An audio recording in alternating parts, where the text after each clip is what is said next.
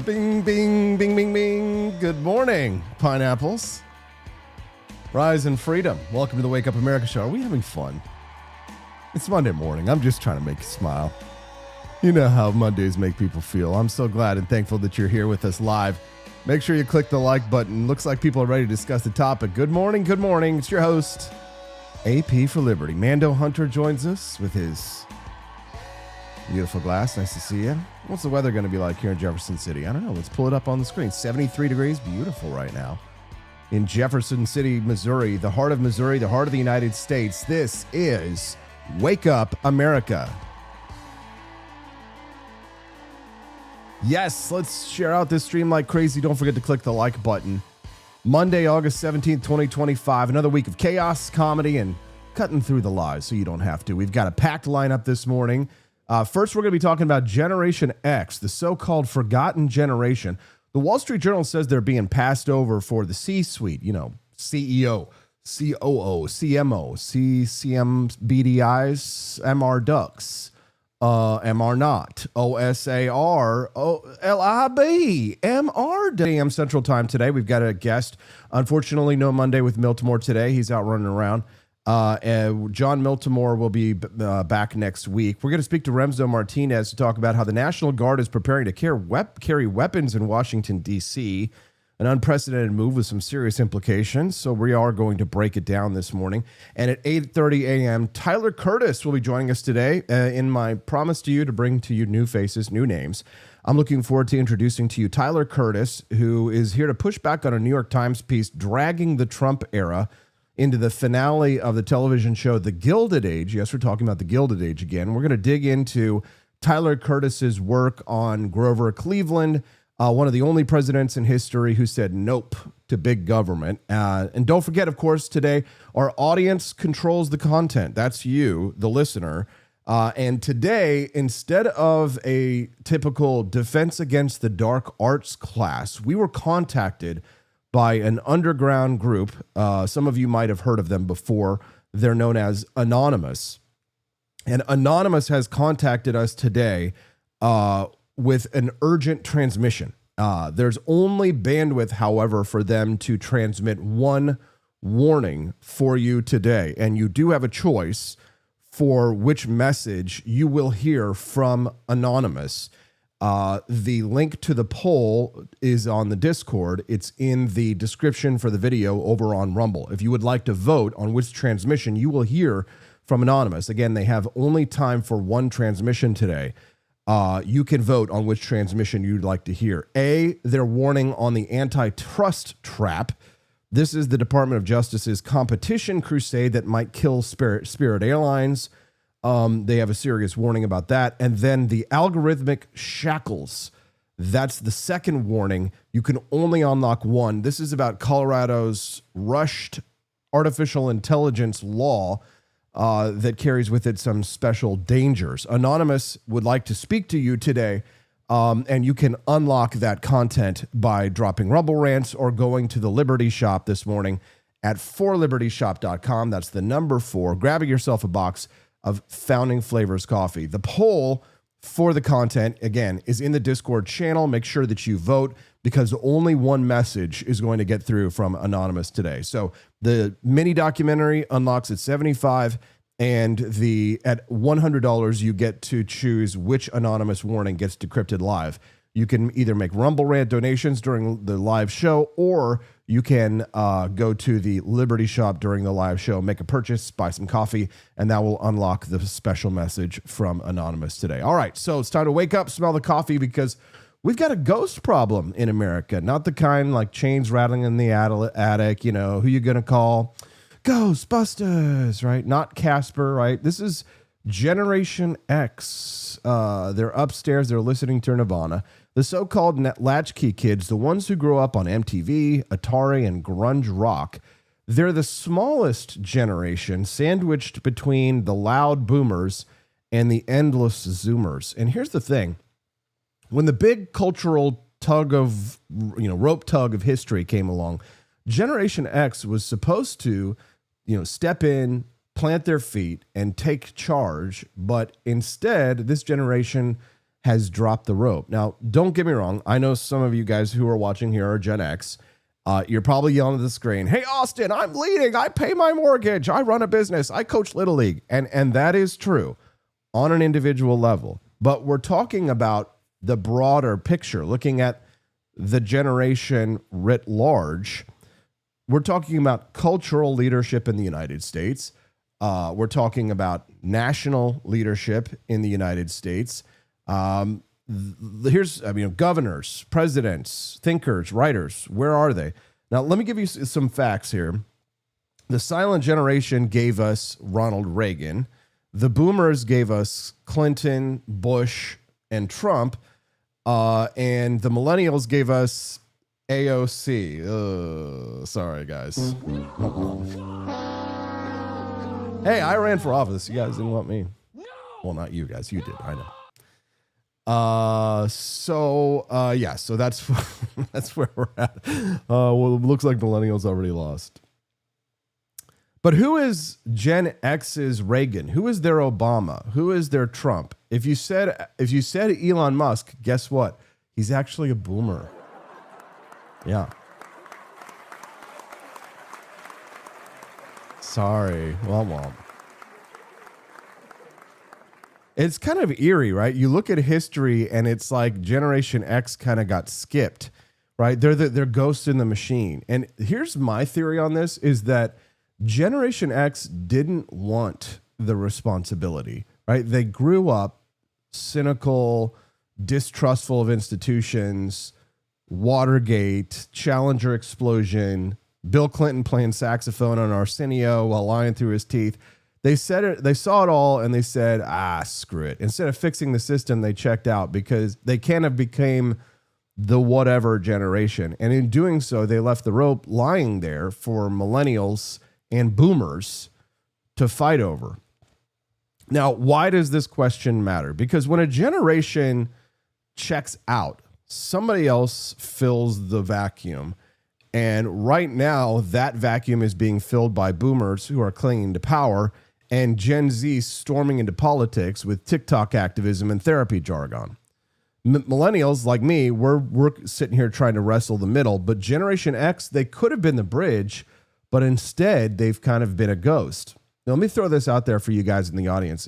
Here's a question. Is Generation X's vanishing act a tragedy or a blessing? Did they dodge responsibility like draft dodgers in the 1960s? Or did they just recognize that the system is too rotten to fix? They tuned in, they turned on, and then they dropped out. Here's the scary part. If one generation can ghost leadership, what's stopping millennials or Generation Z from doing the same? Love to hear your thoughts on this one. You can send us a text at 573-319-1586. That's 573-319-1586. What happens when the next rope pull comes and no one's left to grab it? Amy J.E.'s in the chat. She's very sensitive about this topic. Says, we are quietly working behind the scenes. I Giving a Shit says, written by a millennial. True.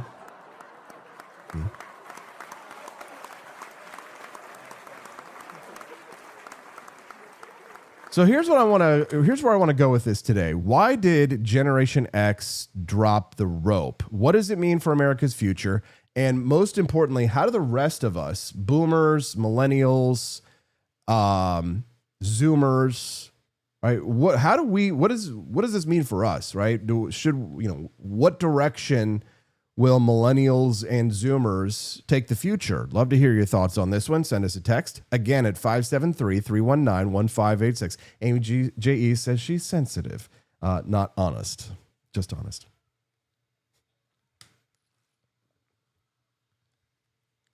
Was Donald Trump shaking Putin's hand yesterday? And concerning, we might have seen something there, but just to paint a picture for you of in the room, how it felt, what we're wondering about, what we need to know to put the pieces together and fully understand what we all just witnessed. Yeah.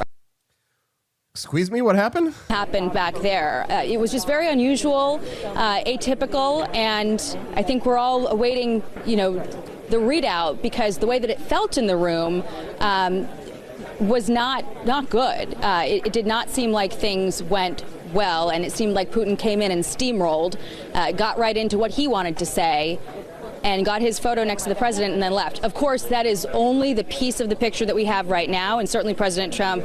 Well, here's the thing. So that was the meeting with Trump and Putin over this weekend, a summit with Russia. That was how a Fox News reporter reported it. However, after she reported it that way, there was a correction. Said at the end of his written remarks, and he also said in a scale of 1 to 10, I give today a 10.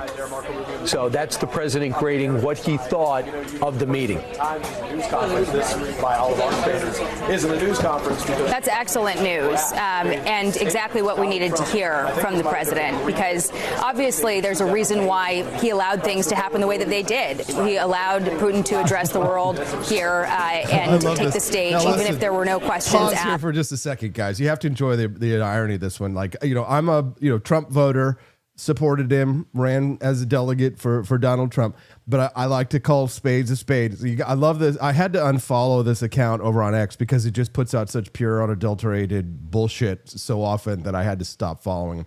Eric Daugherty posted, breaking, Fox News host just fact-checked their own reporter after she claimed President Trump totally failed in his peace talks with Putin.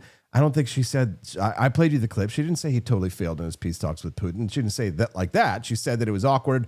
Putin said what he wanted to say, and then he barged out of there. Eric says, turns out Trump said afterward, it went well, and she was wrong. Oh, Trump said on a scale from 1 to 10, I'd give today a 10. Okay. Here's what the reporter said. Again, happened back there. It was just very unusual, atypical, and I think we're all awaiting, the readout, because the way that it felt in the room was not good. It did not seem like things went well, and it seemed like Putin came in and steamrolled. It sounds like she's actually being honest. Got right Good for you. She's actually being honest about what she saw. And if I was her, I would be pissed if I got treated like this. And then you have people like Eric Daugherty, like the ultimate bullshitters out there, cannot be honest to, if you'd have to pay him a lot of money to be honest. People like Eric Daugherty. I unfollow these kinds of accounts because even if they sometimes put out good information or useful information, I got to get these kinds of things I got to get from somewhere else because they fact check him in real time. Okay. Trump said afterward it went well. Oh, well, you know what? I give myself a 10 out of 10 this morning for the show. 10 out of 10. And I don't want to hear anything different. Can you imagine getting fact checked in real time like that just because we fact checked it? Trump said it was 10 out of 10. Oh, my God.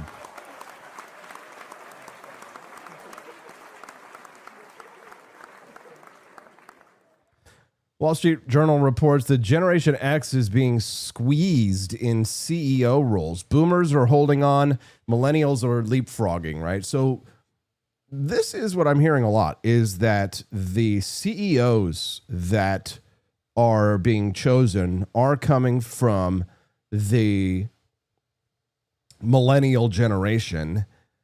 Generation X is being squeezed out. And a lot of the squeezing out is just due to timing because boomers are holding on to everything. They're holding on to their CEO jobs. They're hanging on to the institutions of power. They're holding on to, that Senate seat that they've been clinging on to since before I was born, and I'm 44 freaking years old. They're holding on to everything, every ounce of power, every piece of land or property. They ain't selling. They're not going anywhere. They're not leaving. Leonardo DiCaprio from Wolf of Wall Street. Wall Street Journal reports Generation X not being included in thoughts for the roles that are the leadership positions. Boomers clinging and hoarding to life itself as well as every single job. I love so many of my boomer friends and so many of my boomer family, and I'm sure that we have many boomers who listen to this show. You should not think that there is boomer hate coming from me, or I don't know anybody else in this chat. What they're saying in the comments, I obviously can't read them all. I put them up on the screen so that you guys will get a chance to do it. I can't follow them all. This is not boomer hatred. I think we can all appreciate and understand and respect someone who is at a certain part in their life and the feeling of not wanting to let go. But life expectancy increased to a point where Social Security is far beyond what it was originally meant to take care of. What was the life expectancy back when Social Security was created? I'm just, I'm extrapolating right now, so I can't remember that age. What was the initial age? If someone wouldn't mind dropping that in the comments for us all. The initial age was something very low. Like we're living something like 10 years longer than what the life expectation was when FDR put Social Security into place. They knew that it would be insolvent. They knew that it wasn't going to work out. And now the rest of us, because of the constant kicking the can down the road and conversations that we have sometimes with boomers, not the boomers who listen to this show. If you're hearing my voice saying this, if you're part of that small army of people who listen to the Wake Up America show and you're a boomer, this is not directed at you. Right? I'm speaking in generalities, but on an individual level, I know many of you, very right-leaning libertarians, would love to see Social Security, Medicare, Medicaid be phased out. But in terms of running your businesses, I mean, my dad, he's 82 years old, and we had such a great time at the Missouri State Fair of this weekend. And I love my father with every fiber of my being. And it's painful to watch your parents' generation get to the point where, whenever I was a kid, Dad would walk us, Mom, Dad, they'd walk us down the Midway, right? Well, it was 95 degrees on Saturday. My dad is 82 years old, and he is not the type of person. He's very strong, very proud, right? Doesn't want people to see that, he's slowing down a little bit. So, we slow down for Dad, and I kind of take the lead on the group. I've kind of taken over in that position, and it's a tough thing to do, to transition from one generation to another. And, my dad is 82 years old. He doesn't want to quit. He's still got his business. It's a landscaping job. My dad is 82 years old, and he is going out into the fields with the workers, doing the work. I mean, he's not doing all of the hardest labor. But he's still out there with them, directing everybody and running the job. And it's because, there's obviously probably some fear involved with stepping back and stepping down.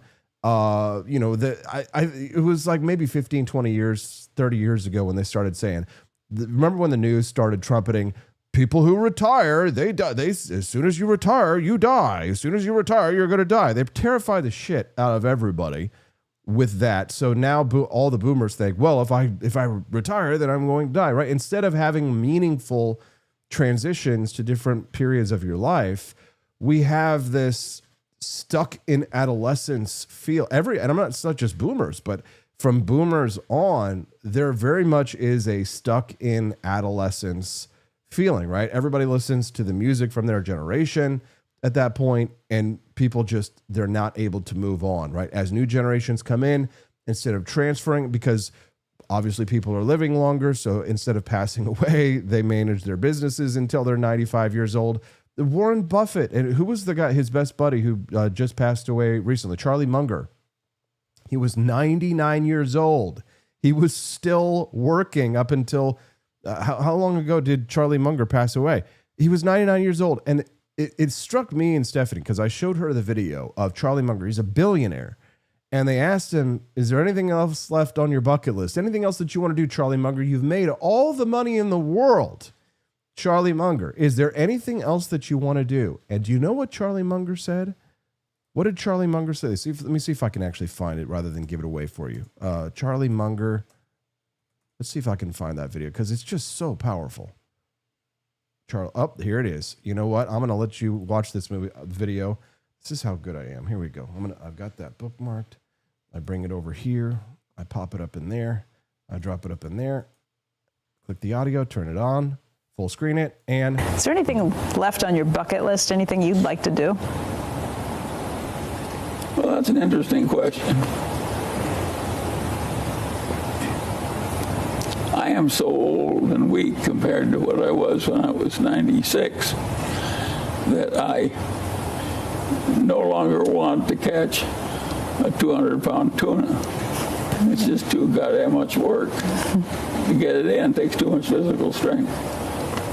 So I don't know why I would have paid any amount to catch a 200-pound tuna when I was younger. I never caught one. And What did he just say right there? Did he say I'd pay any amount? so I don't know why I would have paid any amount to catch a 200-pound tuna. I would have paid any amount. Here's a billionaire talking about he would have paid any amount to catch a 200-pound tuna. When I was younger, I never caught one. And That's living, man. now given the opportunity, I would just decline going. I won't even go out after them. There are things you give up with time. And You're pretty active. You've got a busy social schedule. You're on Zoom. You have breakfasts and lunch. well, I lunches like it that way. Yeah. That's my idea of a proper old age for me. And I didn't plan it. It just happened. And when it happened, I welcomed it. Yeah, right there. That was Warren Buffett's business partner there, Charlie Munger, the 200-pound tuna. You see, this is why Stephanie, she always like every once in a while I kind of poke her and I prod her. I'm like Stephanie, we got to go catch the 200-pound tuna. Right, like something's gonna happen, or like we got a little bit of time, or there's a little bit of opening schedule. I'm like Stephanie, we're gonna grab the baby. We're gonna slap her in that carriage, and it's 95 degrees outside, but we're gonna keep a bottle of water, a big jug of water right next to the baby, and we're gonna have ice, and we're gonna have ice cream, and we're going on Saturday. And I don't care if it interrupts the baby's sleep schedule. On Saturday, we're going to the Missouri State Fair. We're gonna catch the 200-pound tuna. And God bless my dad. Here he is, 82 years old.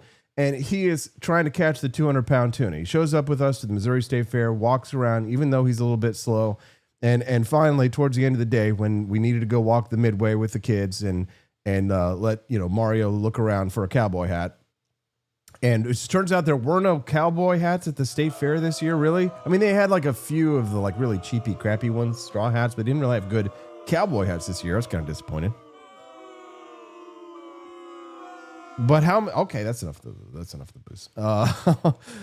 But how many of you out there can say that you caught the 200-pound tuna? So maybe Gen X is more interested in catching the 200-pound tuna than they are in becoming Charlie Munger, the billionaire who dies at 99 years old and says, I would have paid any amount to go out and catch a 200-pound tuna. Well, Charlie Munger, the billionaire, could have flown in a private jet to Bali or to anywhere in Indonesia, South Pacific, Australia, Honduras, and he could have flown anywhere he wanted to catch the 200-pound tuna at any price, at any level of comfort, right? Eating caviar the whole way, sleeping in a nice big bed inside the private jet, completely and totally comfortable, no skin off his nose, taking a luxury yacht to go to catch the 200-pound tuna. But I mean, I'm not saying he's Ebenezer Scrooge. No, I don't know what he's like in his personal life. Maybe he was generous with the people around him. Maybe he was not. But Charlie Munger didn't catch the 200-pound tuna. So maybe it's a combination of boomers not retiring, Generation X wants to catch the 200-pound tuna, and maybe they're just not interested in leaving. Maybe Generation X is just not interested in being the CEO. Shares of CEOs in their 50s dropped from 51% in 2017 to 43% today. Generation X is stuck in number two roles. They're seen as tacticians, not visionaries. Private equity firms still hire Gen Xers for short stints, but boards want, quote, future fit branding. So if it is someone like myself who's 44 years old running for a CEO position versus someone who's maybe 54 years old, the board might say, well, we're going to get 10 extra years out of this person than we might from the 54-year-old. So because our boomer CEO from before didn't retire until he was 99 years old or whatever it is, we're going to skip Generation X for these big roles, and we're going to hire a millennial or even Generation Z. I've actually seen some Generation Z, some Zoomers have actually been stepping up and taking over, running corporations. The New York Times writes that Gen X has been mocked for whining about being overlooked while still distrusting institutions. It says that their Trump support is rebellion without vision. Generation X. Now, there's the New York, just because it came from the New York Times, doesn't mean it can't have a grain of truth, even if it's surrounded by a carpet of lies. Generation X mocked for whining about being overlooked while still distrusting institutions. I think that's an important point, is that Generation X, their rebellion was all about against the corporations, man. You know, think about Tim Robbins in Team America World Police. It's a really good cross-section of Generation Xers that really fit that Tim Robbins stereotype from Team America World Police when he talks about the corporations taking over. Does anybody remember Team America World Police? Does anybody remember? I think some. Oh, there, you remember.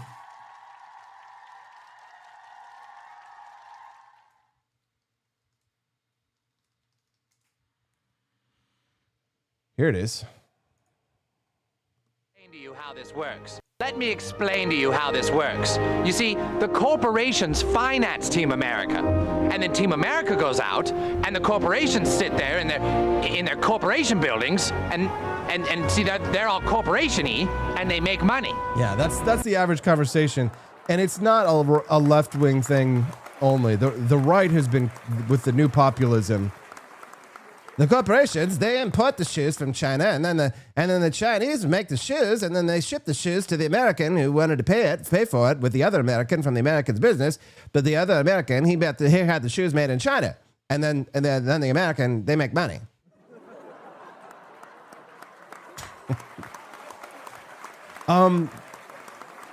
Yes, but what about the deadweight loss from the taxes and all the transactions that won't occur because the increase in the increase of the price that comes from the tariff, which is a tax? I'm sorry, Mr. President, what did you say? Oh, okay. Well, I guess that explains everything. All right. Matt Damon.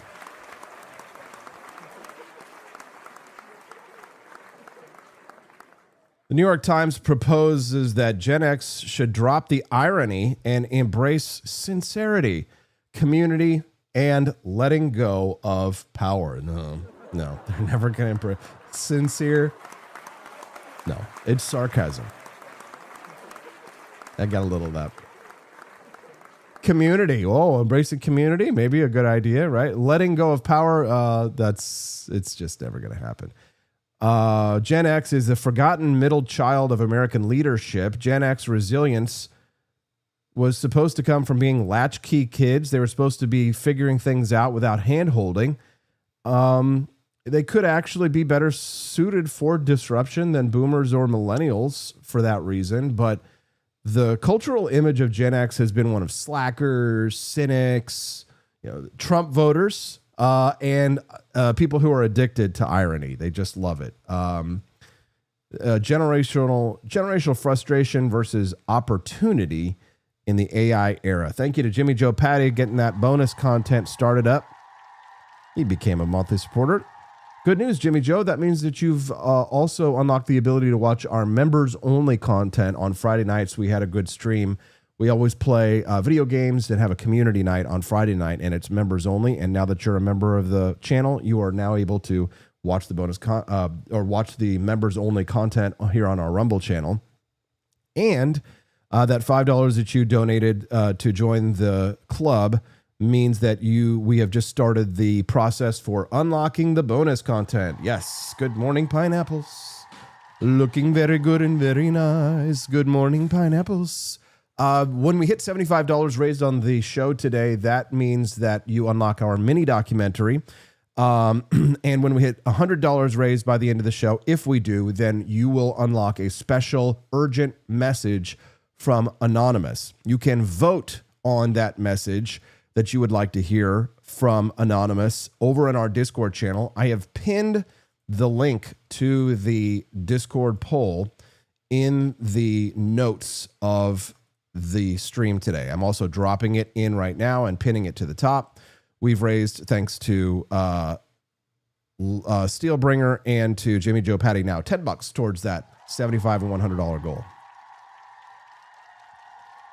If we hit $100, you will unlock an urgent message from Anonymous this morning. You don't want to miss that. Make sure you vote in the poll, join our Discord channel, vote in the poll, and also don't forget to keep those Rumble rants coming and head over to forlibertyshop.com. If you are low on Founding Flavors, today is not only a good day to buy some more Founding Flavors coffee, it is also an excellent day to become a monthly subscriber to the coffee club. So if you go to forlibertyshop.com and you're a regular purchaser of coffee, don't wait to purchase some coffee this morning and then have to come back later. Just click that you want to subscribe once a month, once every 2 months, once every 3 months, or if you're really addicted, once every 2 weeks. You can get it all as you like it at forlibertyshop.com. Unfolding Joker. First time I've seen them in the chat. Nice to meet you. Generation X, slackers, procrastinating, afraid to take chances, worthless degrees, inability to converse in person, scared to sleep with the lights off, low T, low IQ, smooth brain, high aggro. Damn. I feel seen. Welcome to the show, by the way. Thank you, Joel, for another $5. That 15 raised towards the 75 and $100 bonus goals. I think we'll probably make it today, but keep it coming. I do think it's collapsed because by any classical definition, Mark, they lost the 2024 popular vote, the Electoral College vote. They don't have the Congress. They don't have the White House. They don't have the Supreme Court. They're 30-70 on the 30 side of all these issues, from crime, the environment, energy, the border, illegal immigration. And they're frustrated. They're angry because now Donald Trump is doing something they never imagined anybody would do. He's not treating the symptoms of the progressive pathology. He's talking about the sources. So he's going after the institutions that indoctrinate people in the university, NPR, PBS, the elite law firms, and that's setting them on fire, because they understand that they always exercise power irrelevant of whether they actually had political power. They had cultural, social influence through these institutions, foundations, the university, K through 12, corporate boardrooms. And now when he went after woke and ESG and PBS, it's a whole new counter-revolution, and they're melting down. I don't even think there is a Democratic Party right now. It's just an amalgamation of a bunch of different groups, but they're all way to the left. And we shouldn't fool ourselves about New York, Mark. I think it's not going to be, they may win, Mondami may win, but he couldn't win anywhere else, I don't think, other than these blue cities, and that's a minority of the population. So they're going over the cliff, and like any addict, they would rather go over the cliff than quit. Damn, Victor Davis Hanson. That's some good stuff there. Gen X spent their lives waiting their turn. Now the boardrooms of all these corporations are basically saying, thank you for blaying. Collect your Blockbuster late fees on the way out.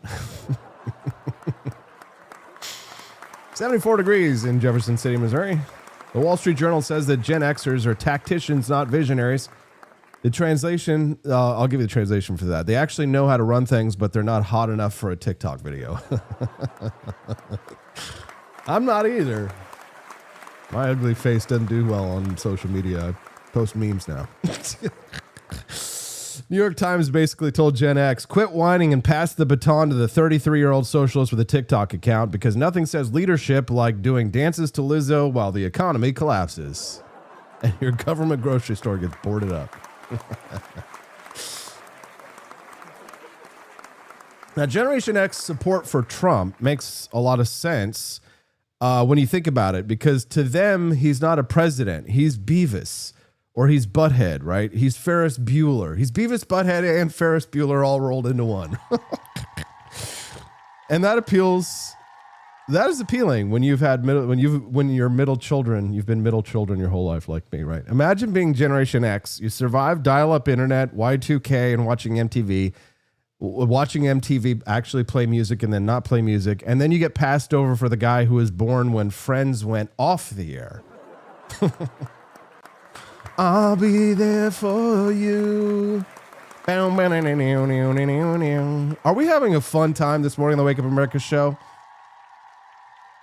I hope the show is worth money to you. And you'll donate some.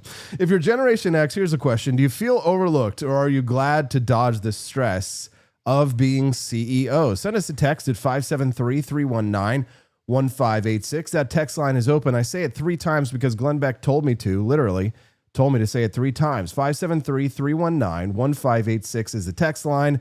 One listener texted in this morning and said at 7:36 a.m., "Good morning, Austin. My partner and I are FAGs, fucking amazing gays with a rainbow and a pineapple." Let me tell you, that was all good fun. Looking very good to very nice.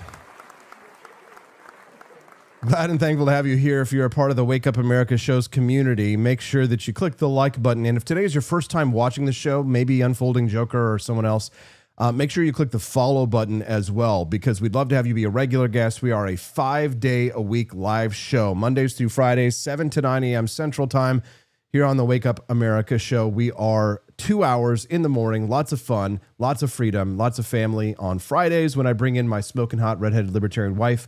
And sometimes my brother, Justin Petersen, joins us too. All right, folks, if I've got an exciting opportunity to talk to you about, I'm really excited about the Expat Money Summit. It's hosted by our friend, Mikkel Thorup of the Expat Money Show. It's the best place to learn about second residencies, Argentina, passports, tax strategies, offshore banking, real estate, and how to protect your wealth. Latin America is becoming a hotbed of freedom. If you look at Argentina under Javier Milei, we're talking about him all the time.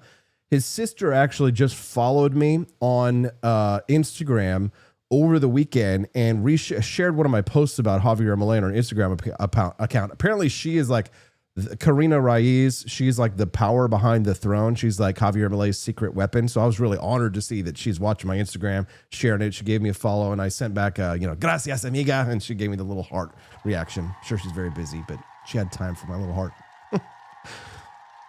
A lot of my friends were down there in Latin America. I was getting videos of people hanging out with Javier Milei. One was wearing my Javier Milei shoes, but we'll talk about that later. I'm going to be on a panel at this Expat Money Summit. It's totally free. They have a VIP package for upgraded seminars and classes that you can take, right? That does cost money. And if you want that, you can get a 20% discount if you use my code name Austin, but it's free to register, and they have the basic package. If you just go to expatmoneysummit.com, tell them Austin sent you.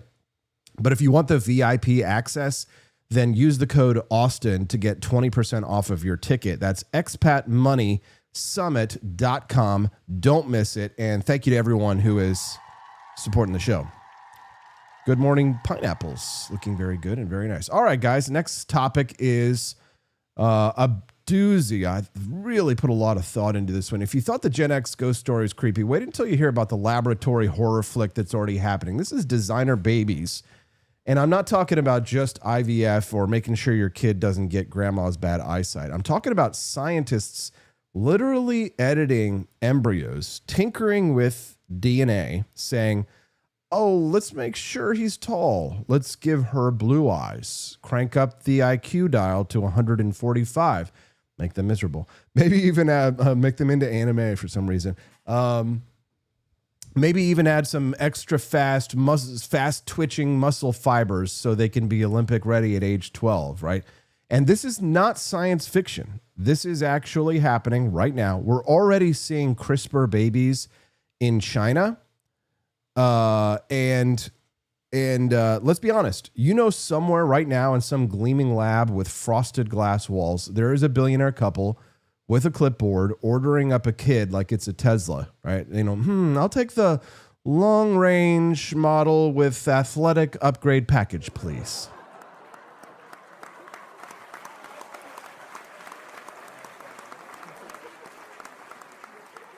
Now, this is not science fiction, right? This is happening right now. And now here is the libertarian dilemma. Let's hear your thoughts on this one. do parents have the right to improve their kids genetically? Right. And I would think that innately they would have the right, unless there's some compelling reason why you would say they not. If speak now or forever hold your peace. Why would you say that they shouldn't have that right to make their own genetically modified children? They're doing it in China. Right? They're going to have like a race of superhumans, and we're going to just be left behind. Like, you want to talk about China? What do you think? Are we walking straight into a brave new world where humanity is divided into the upgraded and the left behind? Is anybody, speaking of the 90s and Gen X, does anybody remember the movie Gattaca? It's kind of like the plot of that movie. The left always screams about equity and privilege. What's more privileged than being literally born with better DNA than the kid next door? How is a regular kid supposed to compete with a genetically engineered Michael Phelps 2.0, or a kid who's designed to ace math at age 6? And here's where it gets wild. You know what happens when politicians get a whiff of this? They're going to start regulating, taxing, banning, or worse, they're going to start designing their own programs. Equity Babies 2030, where the government ensures a certain number of state-approved embryos get chosen. Think about it. Planned Parenthood with a CRISPR machine is absolutely terrifying. Yeah. Oh no, we're going to... The government will select who can access this technology. That's what's going to happen. That's where we're headed towards, unless we start to step in. And the way to step in is for people like us to start having conversations about it like we are right now. St. Selma says, I don't think these scientists know enough about how the modifications will affect the person. Also, will a genetically modified being have a soul? Interesting question. Luke Sacker says, I'm for it if it produces Asians who can drive.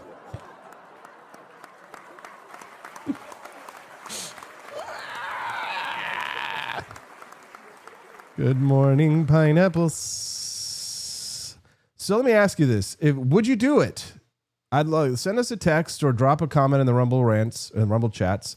I got Rumble rants on my mind. Drop us a comment, send us a text, 573-319-1586. Would you do it? Would you have genetically modified kids? Evan Rowan says, we already screwed up the natural mechanism for improving genes.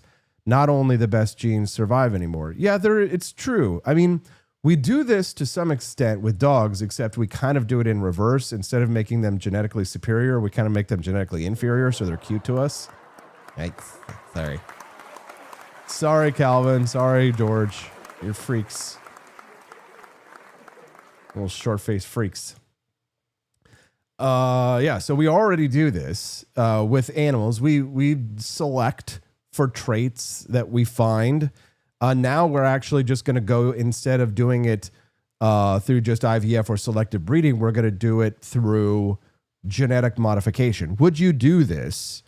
I would love to hear your thoughts. Evan Rowan says absolutely. He says no allergies. Yeah, absolutely. Can you imagine? Or like, I would love to not have thyroid issues, right? I'm sure a lot of women out there who have thyroid issues too, especially they get it more than guys. I'm sure they would love to not have their kids pick up that trait, right? It'd be nice to have certain, not have certain allergies, right? If you could ensure that your kid wouldn't die if they ate a peanut butter sandwich, would you do it? I almost feel like in some ways, there's almost a moral obligation to do it. I wonder what your thoughts are on it. One of our listeners texted in, said Gattaca was great. That's got to take a long time getting ready in the morning. It does take a long time getting that ready in the morning. Thank you for noticing. Just wait until you see the bonus content today if we unlock it. Kermode Bear says, this is how we get real life furries. Let's go. Oh my God. Abort. Just kidding. Yeah, it looks like we've raised $20 towards the $75 goal. Thanks to Kermode Bear's donation there. Thanks, Kermode. We appreciate you, bud. Don't forget to vote in the Discord poll to see which class you would like. Not class. We don't have a class today. We have Anonymous sending urgent communiques, and you will get to choose. The Discord poll is pinned to the chat as well as in the comment section or in the video description. Joni Rankin says, if you could take your family history and exclude life-killing genetic diseases like cystic fibrosis, yeah, absolutely. I would absolutely do it. For those who say no, why would you be against it? And one of our listeners, like Runs with Scissors, says they don't believe in using IVF either. Is that a religious reason that you're against it? I'd be curious to hear your thoughts on that. And for the 114 people joining us live, please do click the like button. And I know that many of you are probably lurkers hanging back out there. Maybe this is your first time watching the Wake Up America show. Please do click the follow button. If it is your first time watching the show today, the follow button is directly under the video that you're watching over there on Rumble. You will get a notification on your mobile phone whenever we are live. And if you click that follow button, that will make sure that you know that we are live 5 days a week. And we have an absolutely fantastic show 5 days a week. Tons of great guests, new names, new faces that you may or may not have heard of in the Liberty sphere. And of course, regular guests that we have typically. We have a themed show each day. Mondays with Miltimore is usually our day for today. Unfortunately, John Miltimore is out, but we will have Remzo Martinez about 9 minutes from now. I'm looking forward to hearing from him on the topic of the National Guard now being able to carry weapons in Washington, D.C. He may have an opinion or two on the Generation X and the designer babies topic if he's listening right now. What's up, Remzo? And he'll also give us a little update on the Expat Money Conference that we're working on him with. And then we'll have at 8:30 a.m. today, Tyler Curtis. Everybody's talking about this show on HBO called The Gilded Age. It's really started to come into its own. It's like a third or fourth season at this point now. And the New York Times wrote a piece criticizing The Gilded Age, not the show, but saying that this is like a new Gilded Age because the left hates the Gilded Age. It hates that period of American history. Do you know why the left hates that period of American history? Because obviously it was the most libertarian era of American history. Other than like the brief stint of the 1920s, the Roaring 20s, and we got a little tiny reprieve in the 1980s until we went back to full authoritarianism. And then we have Trump doing some little jiggering and removing some things. Little authoritarianism over here, a little bit of libertarianism over here, some authoritarianism, some libertarianism. It's like a little bit of a shell game. We don't know what we're going to get with Donald Trump, but sometimes it's liberty and sometimes it's, not. But for those who are interested in liberty, then look, you will hear from Tyler Curtis, who's written some excellent pieces on Mises.org and in other periodicals about Grover Cleveland and the most libertarian era of American history. Because consider this, no central bank, right? No Federal Reserve, right? Andrew Jackson had killed the central bank. Slavery was over. This is post 1860, so it's 1865 until we hit the progressive era in the early 1900s, the Victorian era. We're talking about the time of Carnegie's, the time of Vanderbilt's, the time of Rockefellers. And if you went to a public school like me, public education did you no favors and called it the age of robber barons and taught you to be a lover of that, even though Teddy Roosevelt's greatest crime was that he was a Republican, that he still did a good job reining in those evil corporations with his antitrust legislation that the Democrats absolutely love today. Teddy Roosevelt was a progressive Republican, right? Which makes him fantastic when it comes to, actually it makes him pretty bad when it comes to things. You can like national parks and like an outdoorsman, an avid outdoorsman and a hunter and a war hero and still think that big government sucks. Sorry, Teddy Roosevelt fans. Exactly. But the 1880s, the Gilded Age, no slavery, gold-backed currency, cowboys, Indians being pushed back, Native Americans being pushed back into their reservations where they started. Oops. Womp womp. Speaking of Native Americans, have you guys seen the Caucasians collection over at the For Liberty shop? Check it out. If you guys have not seen the Caucasians collection, we have for you, especially for my Native American friends, we have got the collection for you. The Caucasians collection, I'll see if I can just find it with the thing. Maybe Brad is probably watching and saying, "Oh God, Austin, please find it." He knows exactly where it is, and I have to look for it. I wasn't expecting to talk about it, but the thing about the Caucasian, there it is, Caucasians team merch. Whew, thanks, Brad, for getting that set up. We have the Native American man wearing his favorite sports team, the Caucasians t-shirt. This is a great way to unlock the bonus content today, guys. These shirts are super popular. The Caucasians team jersey with the Yes Chad on the front there. And if you thought that that was it, just a t-shirt, you would be so wrong, because we basically have every possible offensive team name. For my pineapples who were texting us this morning about being in the FAGS Society, we have the unapologetically fabulous The Gay Chads shirt. Wear that to the next Pride rally. For those who control the life, the universe, and everything in it, we've got The Tribe. Jewish Chads. And for those who just prefer to be straight up blunt about it, just the Jews. The Jews. It's part of our Caucasians collection. You can get a phone case. I really love this Mexican Chad. I wish I would. This shirt makes me wish that I was Mexican, to be honest. If you are Mexican, you can get a Mexican's jersey. You can also get a ball out Caucasians basketball jersey. We've got it in a baseball jersey. You can get it in a sweater. We've got it available for you now, Caucasians. And if you're a Christian, like somebody was saying earlier, they were a Christian in the chat. We have Jesus, a Catholic priest, and we have a fundamentalist American evangelical with the American flag. Christians. Yeah. So we've got everybody over there at the For Liberty shop. Head on over this morning and get yourself a shirt from the Caucasians collections. Real Hunter Human says, I am Latino. No Caucasian is racism. No, Caucasian is racism.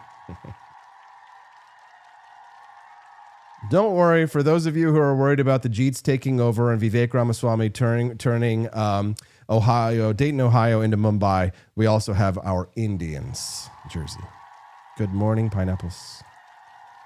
Looking very good and very nice. Good morning, pineapple. Looking very good and very nice. All right, so we are well on our way to unlocking our bonus content. I think we've raised like $20 to $25 towards the $75, $100 goal, guys. So keep it coming, because Remzo Martinez is next to talk about National Guard being deployed with weapons. Why would they put out their sans weapons? We'll talk about that when we get back. Good morning, pineapples. Head to the For Liberty shop. We'll be right back. 2 shakes of a lamb's tail. It's the Wake Up America show on the For Liberty Network.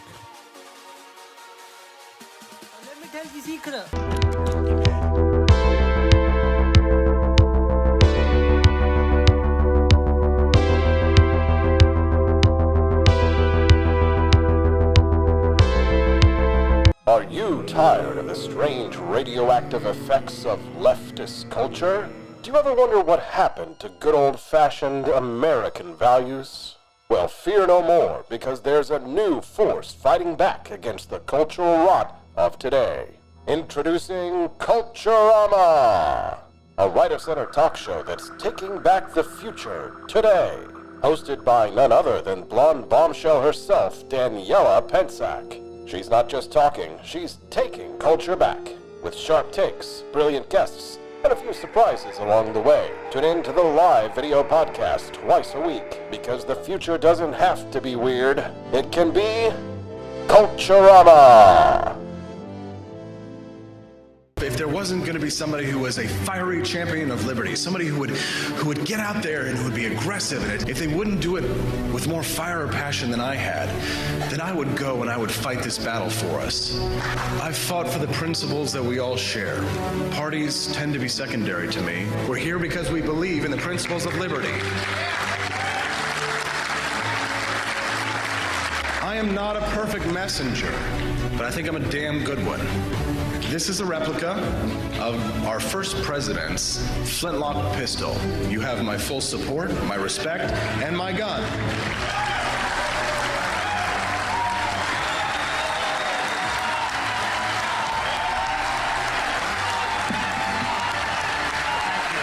I think when the Look, not all.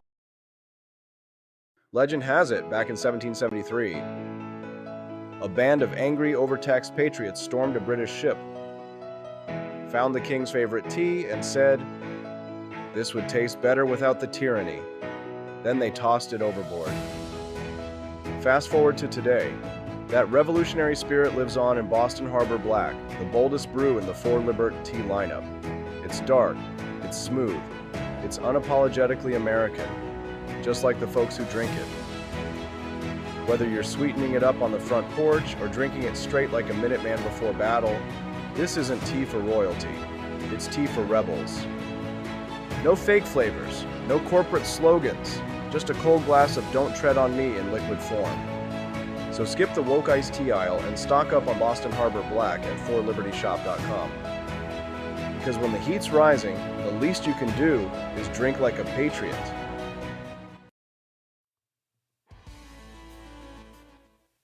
So you can't have a one and done election. In other words, somebody does get legitimately elected, as he was.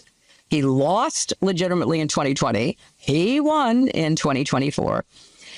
It was much more unclear in 2016 for all the reasons why we still litigate that election. But nevertheless, he won in 2024. He has no constitutional right, no legal basis to run again. Do I believe Hillary. that he's got his, little team working at the Heritage Foundation or wherever they work these days to try to figure out how he can? Well, declaring an insurrection is certainly, a tried and true tactic of authoritarians. So I don't think we're out of the woods on being able to hold free and fair elections in 2026, despite their efforts to literally change the playing field with these last-minute gerrymandering I guess decisions. we're still litigating. You're still litigating 2016, Hillary. I don't think anybody else is. And do they still work? Does Trump people, do they still work at the Heritage Foundation? And she's definitely out of touch. Good morning, pineapples. Welcome to the Wake Up America show. For our next story, things are heating up in the nation's capital. More National Guard troops are being sent into Washington, D.C., and this time they're preparing to carry weapons. It's a pretty big shift because defense officials had previously said that they would not be armed. They were supposed to be more of a visible presence, not a fighting force. But President Trump says he's sending them in to take back the Capitol from violent gangs and criminals. He's even placed the D.C. Police Department under federal control. Local leaders are crying foul, saying that the Guard isn't trained for community policing. And this is an overreach. Joining us to dig into all this is our good friend, Remzo Martinez, author, commentator, someone who knows how these deployments play out on the ground. Good morning, Remzo. Good morning, Austin. If you told me that we'd start seeing soldiers from the Stonewall Brigade in Virginia go back into D.C., I wouldn't believe you, but here we are. It's very strange, Remzo. I mean, honestly, I don't understand why you would really deploy the National Guard without at least sidearms or something. Anyway, you're sending them into some of the most dangerous parts. I was activated for state active duty during the Charlottesville riot, during the riots of 2020, the George Floyd riots, the COVID riots. And when we say that we're bringing weapons in, what that primarily means is that we're going to have an additional display of force. You mentioned that correctly earlier. It's an additional display of force. Usually you have the physical presence, and seeing somebody in uniform is enough. Seeing military vehicles is enough, much like when you see a security guard somewhere. It's a deterrent. It's the presence of force. They may or may not be a cop, but they're in a uniform. They have police gear. It's enough to send a message that things could escalate if need be. When the Guard brings weapons into a place, what that basically means is that they're going to up the display of force, because it's a presence factor. So what they're going to have is they're going to have riot shields. What they're going to have is they're going to have batons. That's usually a majority of the riot type gear that we had was just the basic stuff: shields, masks, and batons, because you've got to go ahead and keep people back when things get crazy. In terms of the weapons that they're bringing out, and people used to make fun of this quite a bit during 2020. Yeah, there will probably be rifles visibly seen, but go ahead and look at those mag wells. You know what you're going to be missing? You're going to be missing a magazine. The National Guard, the military as a whole, does not have a law enforcement capability. They haven't had that since the Civil War. It's constitutionally put in there that the military cannot go ahead and arrest you. They can hold you. They can hold you, but they cannot charge you. They cannot detain you. They cannot perform the functions of law enforcement. They can be there in support of law enforcement. We see this during such situations of disasters where, you had the Hurricane Katrina situation where there was lawlessness in post-Hurricane Katrina New Orleans. So, we're not going to see people getting run over by tanks. We're not going to see people getting shot at any point. If anyone's going to be pulling a trigger, it's going to be a cop at that point. But what this is, this has gotten to the point where for decades, DC has just descended into further and further chaos. And they can say, oh, well, our crime rates are at 30% low or 30-year low or whatever they want to say. People have also just stopped reporting. The cops don't show up to things. People don't believe that if they even call the police, they're going to show up. And the majority of folks have just gotten so accustomed to it. I doubt the validity of the numbers that are being reported from the mayor's office. A corrupt mayor, a mayor that's been trying to push for DC statehood, pulling double salaries, pulling sweetheart deals for her friends through her 51st State Initiative and everything else. I don't believe anything's ever come out of the DC City Council that's been honest in decades since Adrian Fenty was mayor when I was just in middle school. And Adrian Fenty was essentially forced out of the city because he said you can't have kids skipping school, you can't have single mothers all the time, and you can't have homelessness on the National Mall and in where people are working. It's ridiculous. And they looked at Adrian Fenty and said, nope, you can't be mayor anymore. So we're kicking you out and you might as well not even live in town anymore. I'm glad this is happening. I'm glad that somebody's doing this for our nation's capital. It had to be done. Oh man, Remzo on fire. Bitch, set me up. Remzo, my question for you is that, a lot of these guards were doing what the media is describing as area beautification. What does that mean? Area beautification isn't even a term that I've ever heard of. I think that's I heard that the other day too, and I was just like, what's this happening? What the hell is area beautification? Does that mean that they're like planting flowers or doing something? Is it like gentrification with guns? I mean, what they're trying to basically say is that, the homeless population, which they love, which they can never go ahead and criticize, is making the area ugly. And they absolutely are. You go ahead and you go near the Watergate Hotel, you go anywhere near the Capitol, and what you're seeing tent city, you're seeing these shanty towns. And there's this misnomer that, it's just because the economy is so bad and people are becoming homeless. No, people are taking advantage of the fact that you can be homeless there and there are no repercussions. You can scare people and there are no repercussions. You go near the American University campus and there have been homeless, tent cities there for over a decade. It's gotten to the point where it's like, yeah, it's ugly. It's scary. Nobody wants to go there and do business. Nobody wants to go there and take their kids to certain parts of town as they used to. It's gotten worse and worse. The drug crisis has gotten bad. No one wants to talk about the human trafficking crisis. DC and Northern Virginia are part of, one of the most crazy areas in the country for human trafficking. No one really likes to talk about that. So when they're saying, oh, well, they're trying to make it look pretty, it's like they're trying to make it look like an actual functioning capital of the strongest nation on earth. Like, excuse me, if I want people to come in and not see homeless tent cities and crackheads, like, it's not that freaking hard. No, it's really not. And, people, even the Democrats want this. Like they won't say it publicly on television, many of them, but some of the letters and conversations are leaking out in the media from people like Morning Joe Scarborough saying that, yeah, the Democrats are glad that Trump is doing this because they think that they should be able to go to work and not have to worry about getting stabbed. And then you heard the story about our boy Big Balls, didn't you? The guy who stepped in, God bless him. God bless Big Balls. Took on like 18 guys or some kind of stupid amount of people. He does have big balls, doesn't he? True American hero right there. Well, I mean, stuff like that happens all the time. I mean, you hear about metro beatings. You hear about folks getting mugged when they're leaving work. I mean, if you remember the congressional apartments, that's where a lot of congressmen live, especially a lot of freshman congressmen when they move over to D.C. Not a safe area. I mean, it's just gotten to the point where it's become a running joke of, wake up, go to work, step over a homeless person, go to work, go home, get mugged, go to sleep, repeat. It's ridiculous.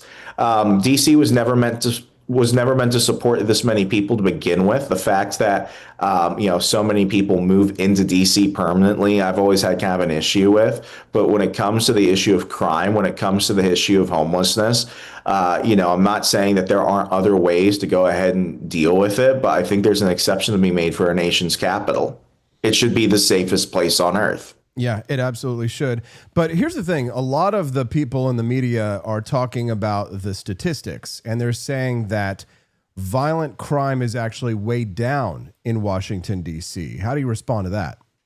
It could be lower. I don't care. I want it to be zero. I want it to be zero. There are lies, damn lies, and statistics. And I don't even have to really think about it. I just know what it was like, having lived there. I know what it was like having worked there. When I worked at the Washington Times on New York Avenue, there was an underpass about a mile away from a local police precinct. And, we still had homelessness. We still had people going and looking in the cars. It's just always been one of those things that you just tolerated. And I don't care if it's down 5%, 50%. I want it down to virtually nothing. You shouldn't be You shouldn't be allowed to go ahead and hijack Uber drivers. You shouldn't be allowed to go ahead and mug women. You shouldn't be allowed to go ahead and get with your boys and beat up people. This is ridiculous. It needs to get to the point where this isn't tolerated anymore. And we're not just talking, random shit. We're talking about actual violent crime. Violent crime in their nation's capital should not be tolerated. Yeah, nothing like says welcome to see like getting carjacked while in an Uber. So, we've seen guard deployments before from civil rights, immigration crackdowns. I mean, how do you think that this compares to other National Guard deployments throughout history? This is nothing. This is nothing. And within a year from now, we won't even be talking about this. This is one of those situations where when you really look into it, do I believe that the guard should have been called in the first place? I don't know enough of the reason other than that he wanted to really show force at that point, especially when it came to the city. I think federalizing police itself was probably enough. But if the president thinks that he needed, guardsmen on the ground, go for it. I mean, I'm also not going to go ahead and complain when the guard is being used to actually do something in the United States. I'd rather them go and deal with violent crime in Washington, D.C. than go protect the borders in Afghanistan or Iraq. So it's one of those weird situations where I'm like, you know what? At least if he's going to do it, he's using it for the sake of the homeland. Yeah, Trump said that D.C. was overtaken by violent gangs. Did he mean Congress when he said that? You would think, well, Thomas Massey said it best. All the criminals went home for a little bit. Hey, Remzo, earlier this morning, we were talking a little bit about generational gaps, and we were talking about Generation X kind of being the lost generation. You call them the misfit generation during the break. The misfit toys, they're being passed over for jobs in the C-suite, right? CEO, COO, CMO, all of those jobs. Do you think it's because they don't want it? Do you think it's because boomers are hanging on too long? Do you have a strong opinion on this? I definitely think that boomers are hanging on too long. It's funny. My wife and I were having a conversation about this. A lot of the same problems that that generation is speaking about are the same issues that I was speaking about in my early 20s. I'm not trying to downsize it. But you look at 2016 to now, especially, and you've never had a moment of what I would call economic normalcy. There was a period between 2017, 2018 where things seemed mostly okay. But, we've seen this trend of, delaying getting into your actual career after college, especially. And I think it's only become more acceptable to discuss. When I was graduating and when I was looking for a job, my parents, and I'm talking about other parents of people around my age group, generally speaking, they were upset if you didn't get a job immediately. Well, you didn't try hard enough. Well, you're not interviewing enough. Well, you're not taking the jobs. And I'm like, man, I was a best-selling author and I had a bachelor's and I was working at GameStop at one point. That wasn't necessarily what I wanted, but you got to do what you want to do. I was selling makeup door to door. I was a mall cop at one point. I tried to do everything I could. And it took about 3 years for me to get like what I would call like my first job. Now it's at the point where they're looking at the millennials, the boomers, and my parents' generation. They're looking at the millennials and they're looking at the Gen Zers and everyone, and they're just like, you know what? Maybe things are actually hard for once. So I don't think it's anything super different. I think it's only now becoming a matter of fact that it's not that easy just to go from college to paycheck to, mortgage on a house and 2 kids and everything. Like, life's hard, man. And we're only now at the point where we could say, oh, yeah, it kind of is for these younger people. Life is hard, and every generation wonders what they could do to make life easier for their own kids. Some people say that boomers don't really care so much about that. But I wonder if that's even true. If you, Remzo, had the opportunity to make life better for your kids by genetically editing their DNA to prevent them from having allergies, maybe to make them more athletic, to ensure that if you have asthma, that you don't pass something like that on, would you do it? And should people have the right to do it? I think if we, I feel weird using this saying, I think if we trusted the science, maybe, but I don't even really believe in vaccines. I don't think I'd be doing that. From a religious standpoint, I don't think you should get in the way of God's creation. I think every sci-fi movie made to man has shown that that never works out. But, while I'm not against people trying that, I'm certainly not going to have my kids be the guinea pig.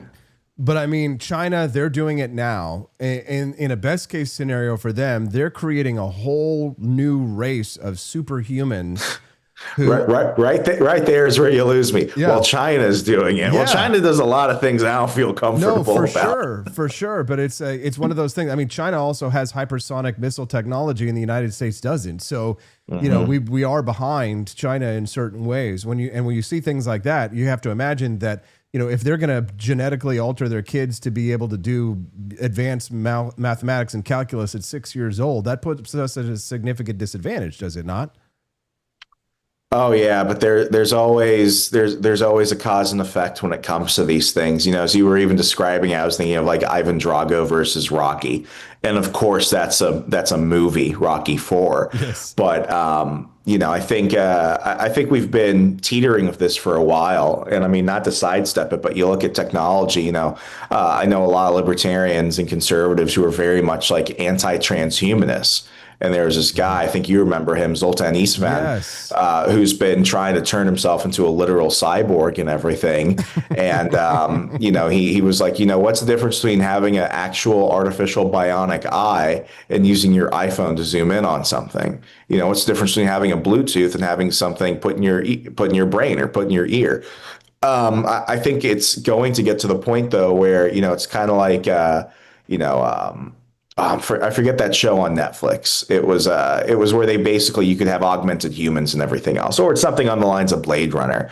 But I think it's going to create a lot of ethical problems over the years. It's going to cause a lot of complications. I think before it becomes like, a nation versus nation thing, especially in the US, I definitely see it being, a class versus class thing. I know as people on the right, we tend to not want to talk about that, but there's a pretty significant difference between, Jimmy, who has access to perplexity in his brain and has the artificial body of like, a Spartan warrior. And then, Jenny from the block, who's just, normal and functioning and trying her best. No matter how hard she tries, she'll never be good compared to like cyborg Jimmy. So as we look at this stuff, I don't think that humanity is really prepped for a lot of the questions we're going to have to ask ourselves. So no, this is going to be something that I hope you and I talk about years later, and we hopefully have an answer. But right now, it's just creepy. Yeah, it's it just is. Yeah. We're not rich enough to afford that kind of selective editing. But I selected my wife for traits of redheaded and traits of libertarianism. So I've already got the master race going on over here. Remzo, thanks for being a good sport and talking about stuff I didn't tell you were going to talk about. Is there anything you want to share? Oh, hey, maybe we ought to tease out the expat conference coming up. Yeah, I've been telling everybody about this panel that I'm going to be on, and I was hoping you could give some more details. Yeah, well, I have the pleasure of hosting a VIP panel at the Expat Money Summit. You can go to expatmoneysummit.com. And Austin was gracious enough to go ahead and agree to be one of our panelists, as he is our resident Javier Milei expert. So we will be discussing with some other great folks about Trump's policies in Latin America. And I could tease a little bit more, but we've got some big announcements going out. So go ahead and check out expatmoneysummit.com. The miraculous Mr. Mark Claire is going to be hosting a panel as well, and we're going to have a bunch of great guests. So yeah, go ahead and check it out, expatmoneysummit.com. And do not forget as well to use the code Austin. You're going to get a 20% off of the discount of the a 20% discount off of the VIP package at expatmoneysummit.com. Hey, Remzo, thanks so much for setting it up. Really looking forward to the conference, and thanks for stepping in today for the show. We appreciate you being generous with your time. Appreciate you, Austin. Take care. Have a good one. You too. I don't have very many positive things, if any at all, to say about Donald Trump. And I've interviewed him 6-8 times, maybe more. He would call in from, when I was on CNN, he'd call in, I don't know where he was, in the bed, the toilet, whatever he was, seriously. And he would just call in and talk and ramble and rant. And so I don't have very many positive things to say about him, because there aren't really any positive things to say about him. What he's doing is objectively bad for the world. It's objectively bad for our democracy, and it should be called as such. There should not be false equivalence with anything that Donald Trump does, because he doesn't play by the rules. He's not fair. Look what he's trying to do. We mentioned with the arts. Look what he's trying to do around the country. He's trying to steal elections right now. Yeah, they're trying to rewrite the rules. People are pretending as if this is something that's normal, and they're treating it like, oh, well, let's have a conversation about this. No, what he's doing is bad. This is not a census year. This should not be happening. He should not be calling governors to try to, because he's afraid of losing the midterms, to try to steer elections in a certain direction. All right, guys, we did it. We unlocked phase 1 of the bonus content. Thank you so much. I saw BB for Liberty put us over the top. Thank you guys for that. So we've raised 79 of the bonus content, which means you get to watch the mini documentary before my next guest comes up. And once we hit $100 raised by the end of the show, I know we're going to make it either in purchases at the shop or in Rumble Rants. Then you will hear a special message from Anonymous. Make sure that you have voted in the poll so that you can decide which secret message you hear from Anonymous today. I promise it's not drink your Ovaltine. We'll be right back with Tyler Curtis to talk about the attacks from the New York Times on the Gilded Age, not the TV show, but the greatest, most freest, and bestest and basest period in American history. We'll be right back. It's the Wake Up America show on the 4 Liberty Network. During the 1970s and 80s. A new book, Murderland, Crime and Bloodlust in the Time of Serial Killers by Caroline Fraser, dives deep into this dark chapter, painting a vivid but not entirely persuasive picture of a true crime wave that gripped America. Picture the Pacific Northwest back then, a lush, rainy region that bizarrely became a hotbed for some of history's most notorious monsters. Ted Bundy springs to mind, the charming predator who confessed to at least 30 murders. But he wasn't alone. There was Gary Ridgway, the Green River Killer, who likely claimed over 50 victims, dumping bodies along Washington's waterways. Just across the border in British Columbia, Clifford Olson preyed on children. By many accounts, this area produced more serial killers than anywhere else in recorded history. Observers called it an epidemic, centered around Tacoma, Washington.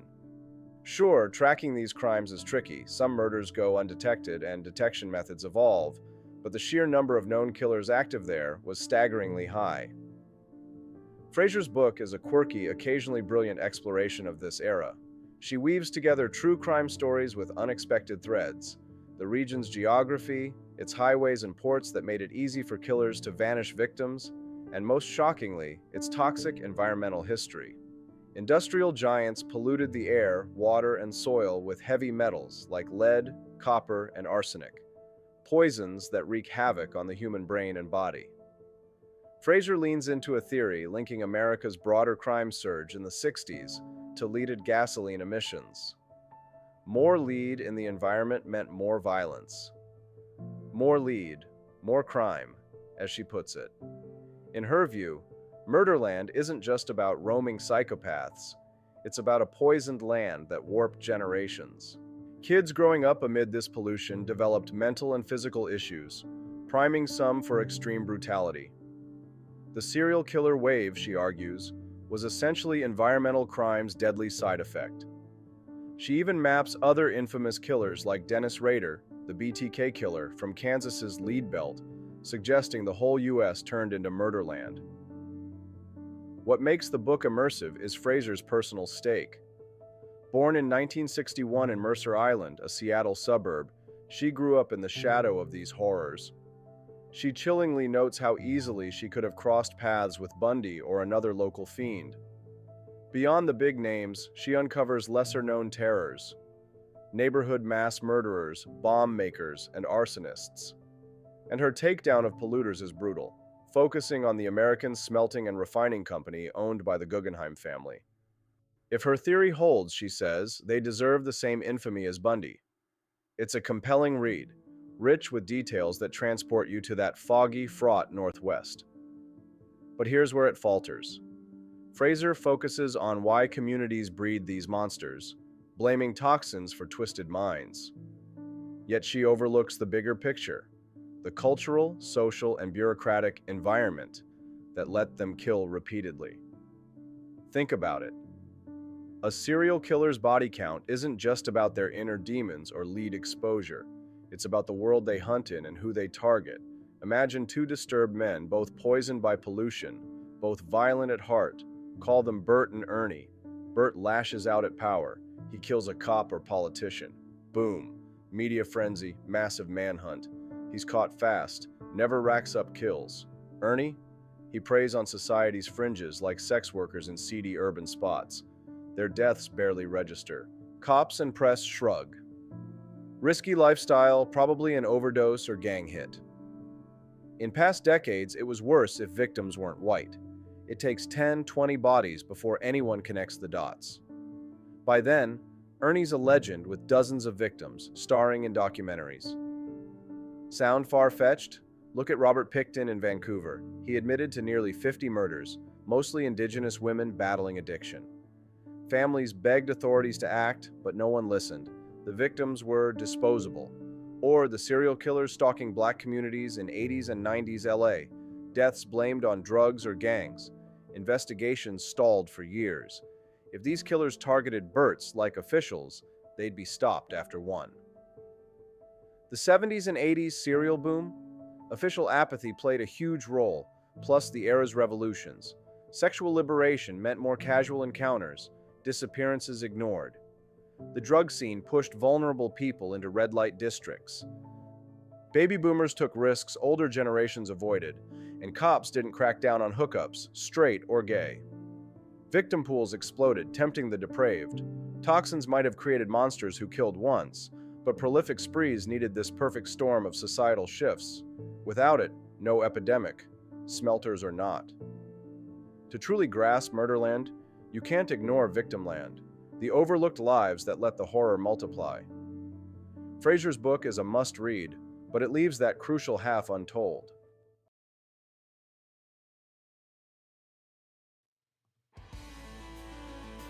Welcome back to the Wake Up America show. Hope that you guys enjoyed that bonus content. Thank you so much for unlocking it. So grateful for you guys for all your financial support. Putting us over the $75 line, that means that you get to watch that mini documentary instead of commercials. And then if we raise another $25 by the end of the show, you will unlock an urgent communique from Anonymous this morning. And yes, St. Selma, we do need someone to proofread me. Thank you. But more than me, maybe the New York Times. We're going to talk about this phrase you keep hearing in the headlines. The new Gilded Age, right? The New York Times says that America today looks just like the late 1800s. Robber barons in their mansions while the poor shovel coal and eat scraps.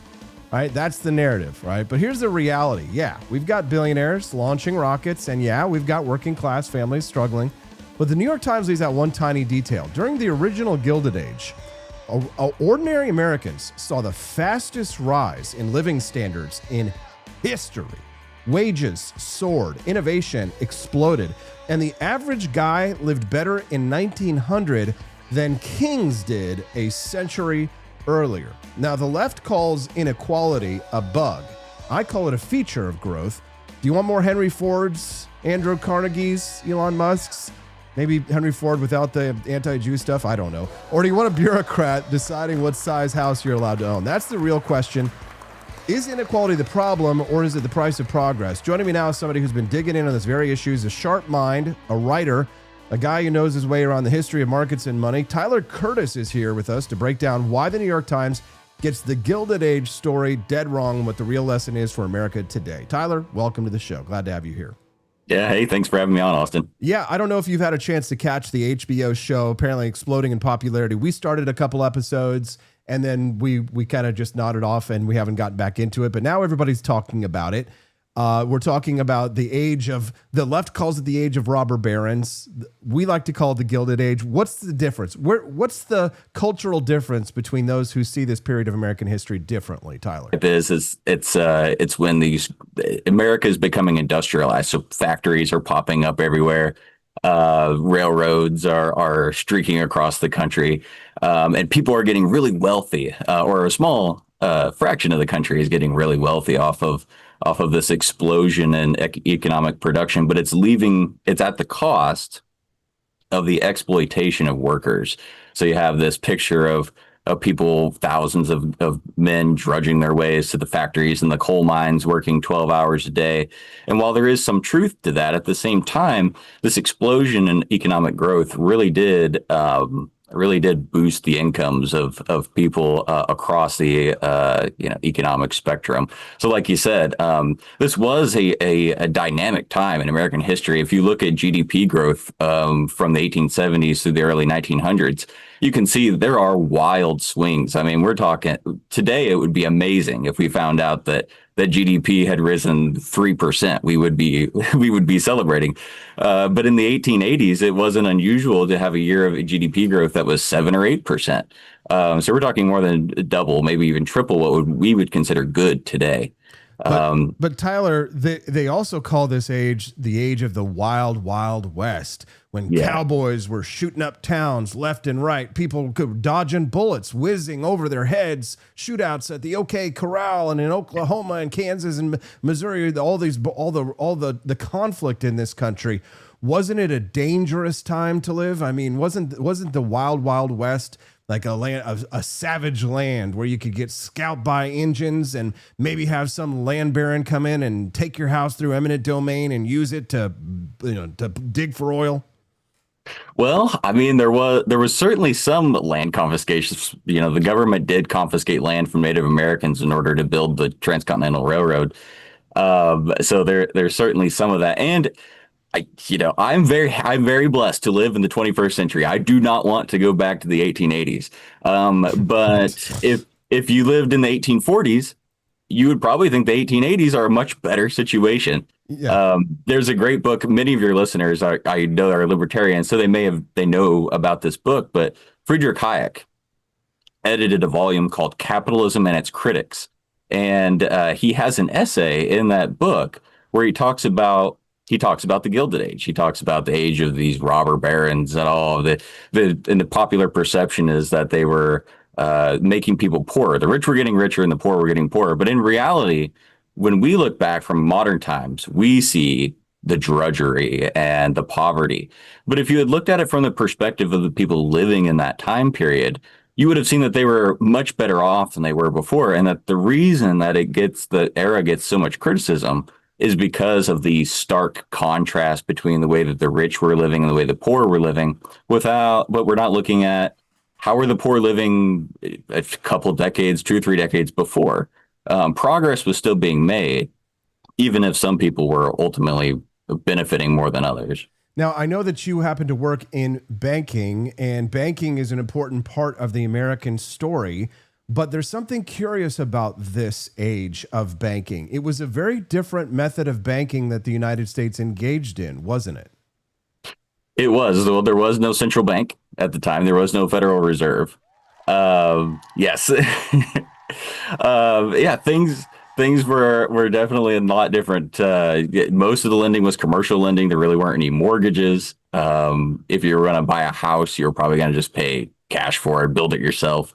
Yeah, and most banking operations that people dealt with on a day-to-day basis were very small, maybe one location that they had. Much like the rest of the economy, railroads, factories, banking was very volatile, precisely because it's kind of funny. You think about, we live in the age of too big to fail, where we have these institutions that supposedly are so important to the economy that they simply can't be allowed to go out of business because of the domino effect it would have. But you can argue that actually bigness provides a sort of safety net for the economy, that if you have a lot of these big institutions, they're less likely to fail. If you have a bunch of small institutions that are just barely scraping by, that they're more likely to fail, and it's going to have much more deleterious effects on the economy. And that's what happened with banking in the Gilded Age, is that most of the banks were very, very small. And so you didn't know if you could trust them. So if someone writes you a check, or you're using a banknote, that's another thing. There was basically no central currency. There was no Federal Reserve notes. So there was all these different types of currency, banknotes floating around. Hold on, let me just bask in that for a moment.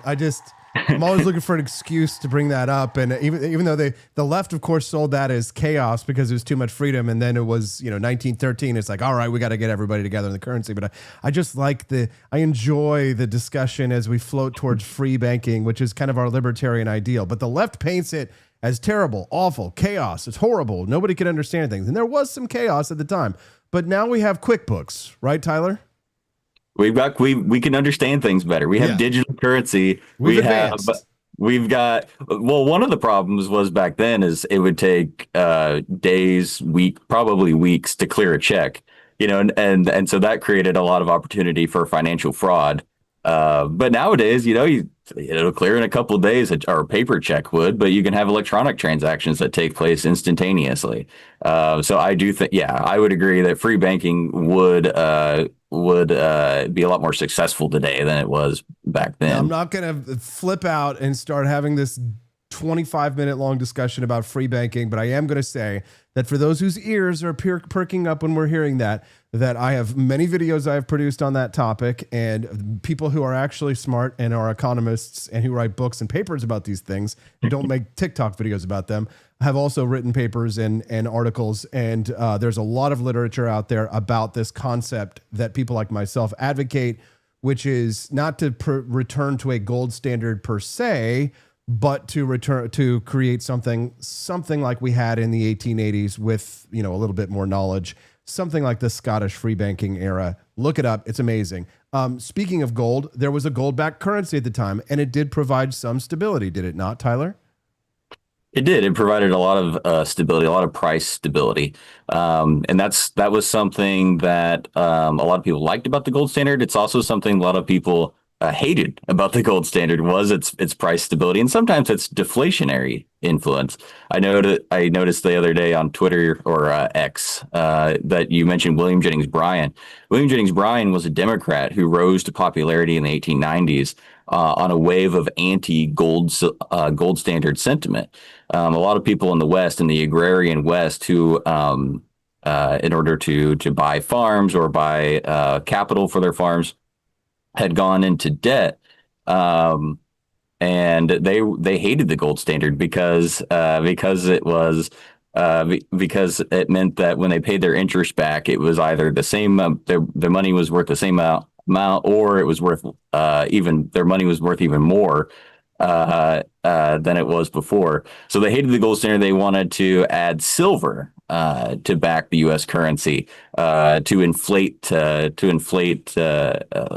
dollar and make it worth less, so that when they paid back their loans in dollars that were worth less, it would make it easier for them to pay back their debts.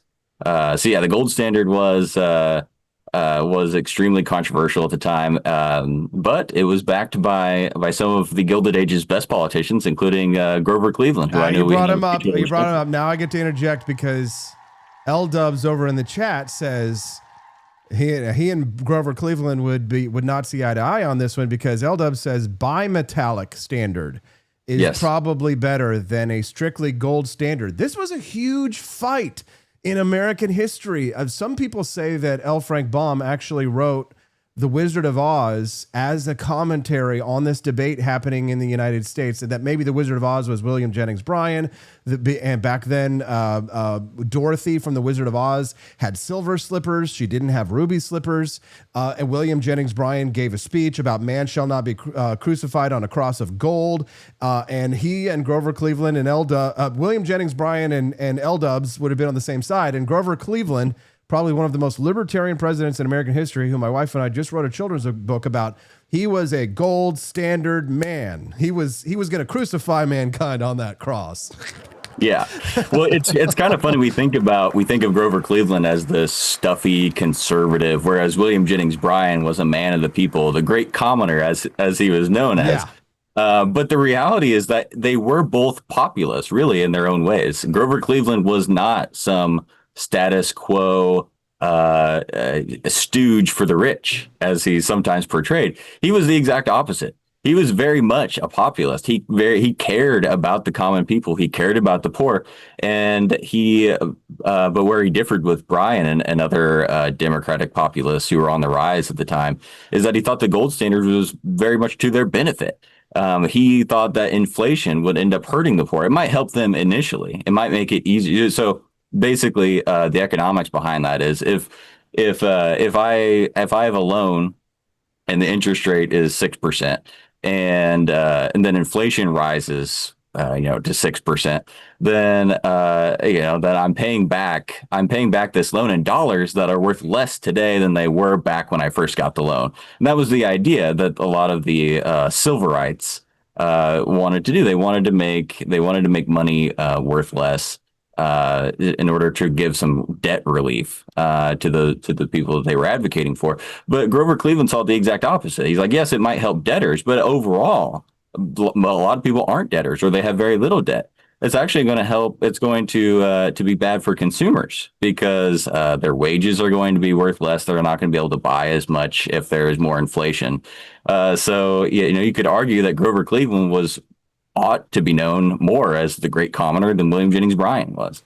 How many other morning libertarian news talk shows are you going to find that are going to bring in a banker to talk about the Gilded Age, the Federal Reserve, and Grover Cleveland and William Jennings Bryan? Not many.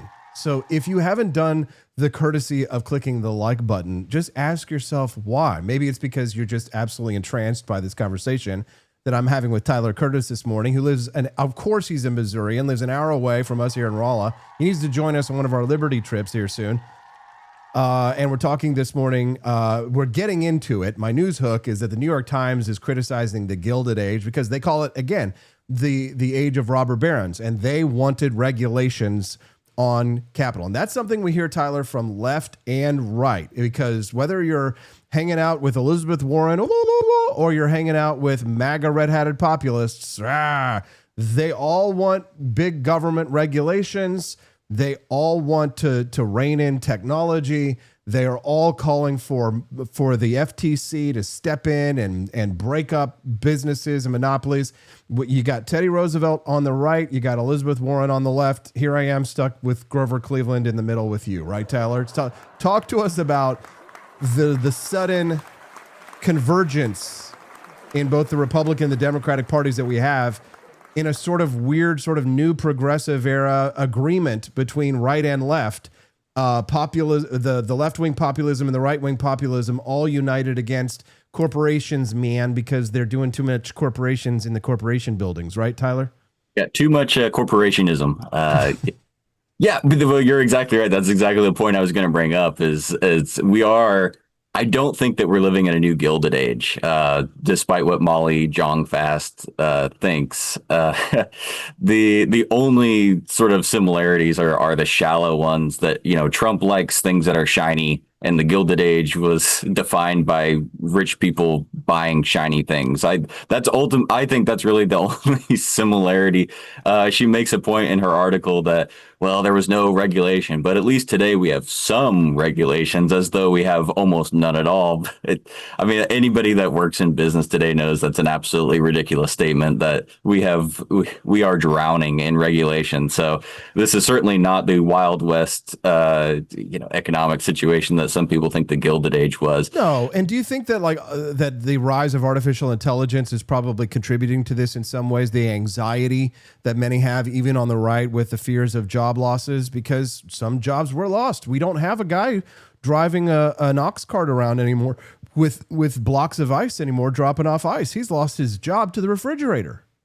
Yeah, that was a big concern during the Gilded Age and progressive eras too, is that economic change, both technological or demographic, that jobs were moving in different places.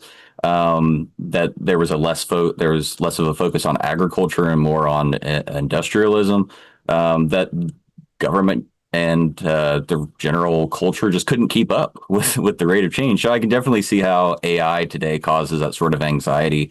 And then during the progressive era, I think, like you said earlier, there was this backlash against the dynamism of the Gilded Age.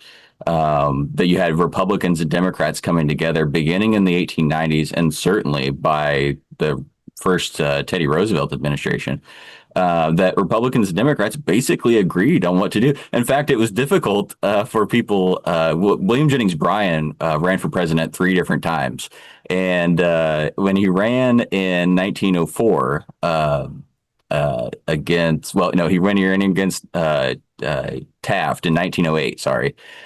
He didn't really know how to do it, because the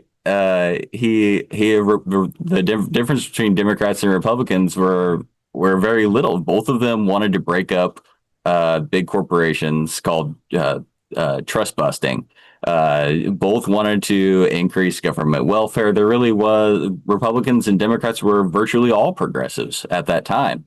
And so I think we are seeing that today. Now, there's a lot of differences between Trump and the MAGA people and modern Democrats, but they share a lot of the same principles. Both of them want to use the government to bring about certain economic goals. And despite what Democrats say today, they've often been protectionists, even though they say they don't like Trump's tariffs. They're more than happy to have trade restrictions of their own. So there is this sort of horseshoe theory thing where Democrats and Republicans both appreciate big government to pretty similar. And Amy J. E's over in the chat says, no, she thinks we're approaching the eat the rich French Revolution phase. Problem could be. Hope not. Tyler, is there anything else about this topic that you wanted to share with our audience, or anything perhaps that you'd like to plug, or even tell somebody happy birthday? This is your opportunity. I'll give you the floor and the last word.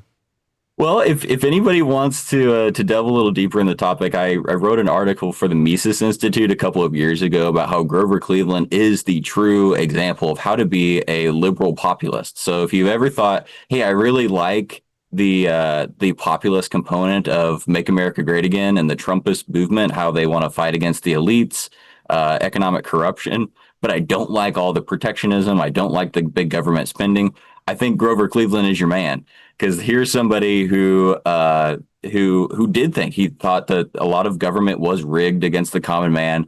He did think that there was a lot of corruption, and there was. The Gilded Age did have a lot of corruption. It just kind of goes hand in hand with economic dynamism.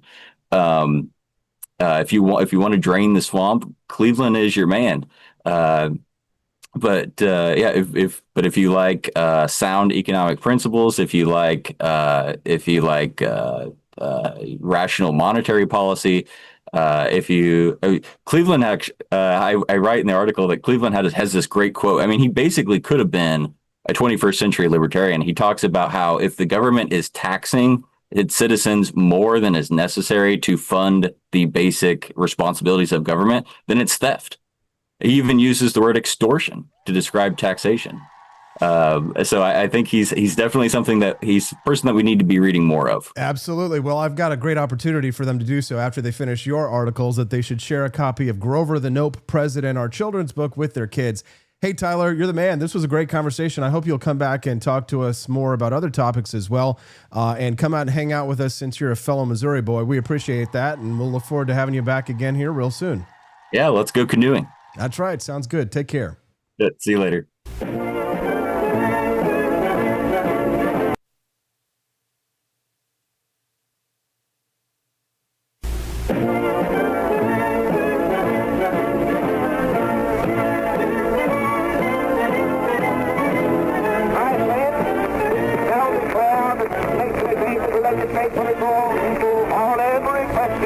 Without waiting for the aid or consent of any other nation on earth. Upon that issue, we expect to carry every single stake in this union. I shall not slander the fair state of Massachusetts, nor the state of New York, by saying that the people of those states will declare our helpless impotency as a nation to attend to our own business. It is the issue of 1776 over again. Our ancestors... It is 1776 all over again. 1776 over again. Our ancestors, well, but 3 million, had the courage to declare their political independence of every other nation upon earth. Now we, their descendants, when we have grown to 70 million, declare that we are less independent than our forefathers? No, my friends, it will never be the judgment of this people. Yeah, me and Grover suffer from the same mic issues, says Jody Rankin. Hey, but I heard him talking about 1776 and declaring our independence. How many other shows in the morning are going to show you Grover Cleveland, or play Grover Cleveland's voice for you? Hey, man, this is 1880s, 1890s. What do you expect? Like I said, of course, today would be a great day to visit our For Liberty shop and buy your copy of Grover the Note President, available at Amazon, 2-day shipping. Introduce your little ones to one of the most libertarian periods in history and the president who helped make it all happen. Grover the Note President, on sale, 2-day shipping, available at Amazon. You can just click the link at the top of the website. It'll take you to our page for our show, or excuse me, for our book. Grover the Note President, available. We have 1 5-star review. Thank you, Camellia. All right, ladies and gentlemen, buckle up. I've just received word. We're about to get a very unconventional guest lecture. Every so often, the powers that be pull another trick. A transmission will cut through to the show. This is raw, it's encrypted, and it's from a voice that refuses to play by the rules. We've intercepted a message. Anonymous is on the line, and they want to teach you about what they're calling the antitrust trap. Let's roll the feed. We'll be right back after this little break. I'm going to go establish connection for your urgent communique. Thank you for unlocking the bonus content. We will hear from Anonymous next on the Wake Up America show's For Liberty Network.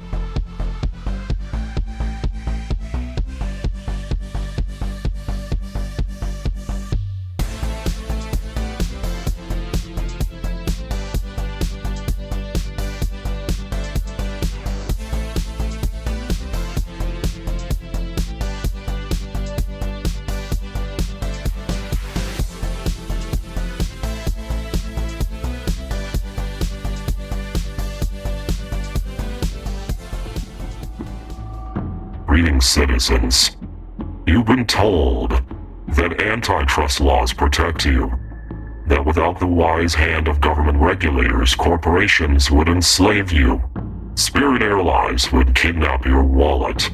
Amazon would chain your shopping cart, and tech giants would swallow the world.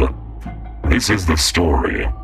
But stories can be spells, and the antitrust trap is one of the oldest of the state's grimoire. When the Department of Justice swoops in to block mergers like Spirit Airlines, they say they're defending competition.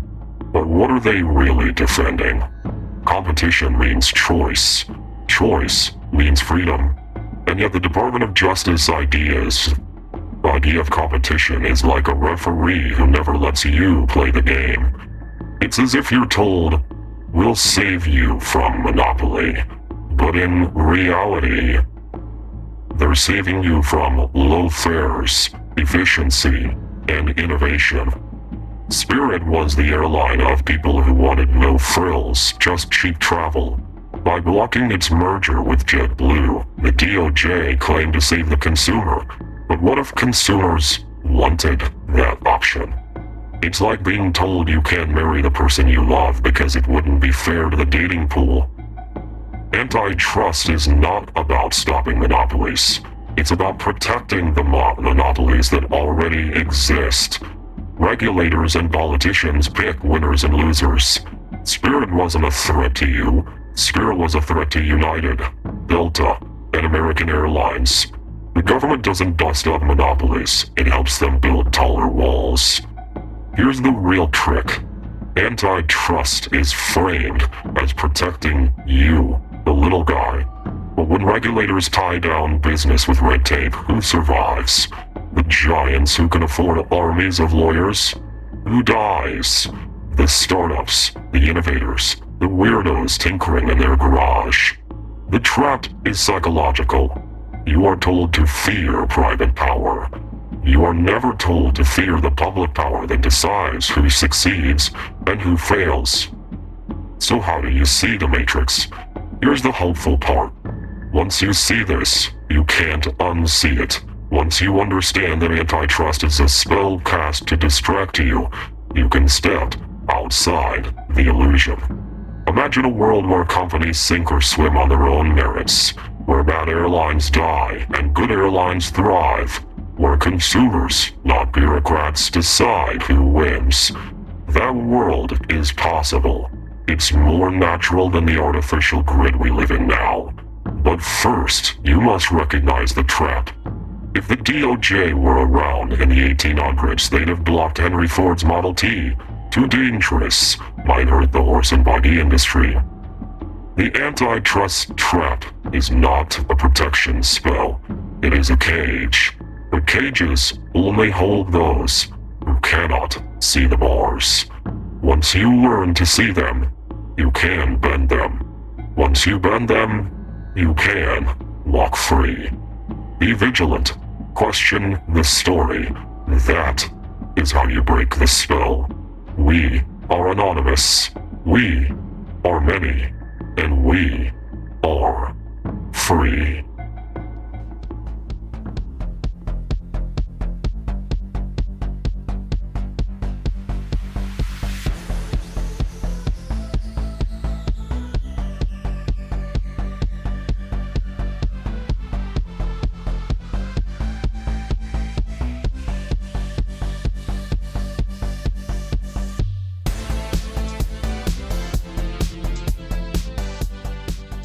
Well, there you have it, folks. A little education from the masked professor there. Now, listen, you might not agree with Anonymous on everything. You might hate Spirit Airlines. You might hate Delta, or maybe you prefer Delta. I don't know. Maybe you might just want the government to referee the business, right? But here's the kicker.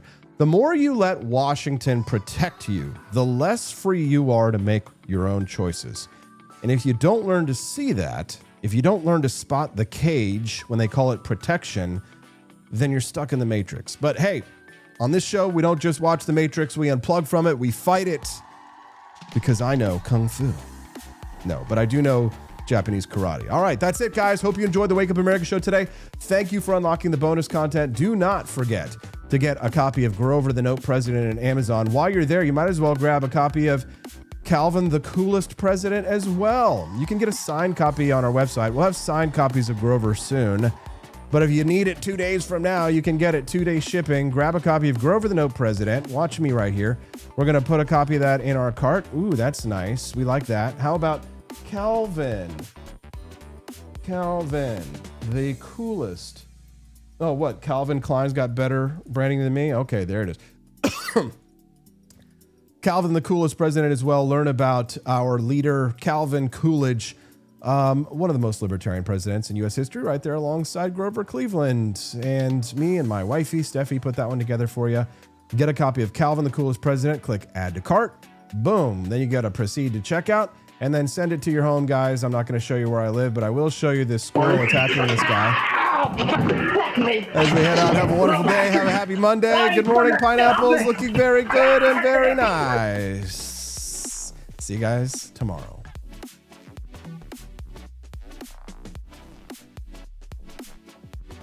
Chilling spike in serial killings during the 1970s and 80s. Ted Bundy springs to mind, the charming predator who confessed to at least 30 murders.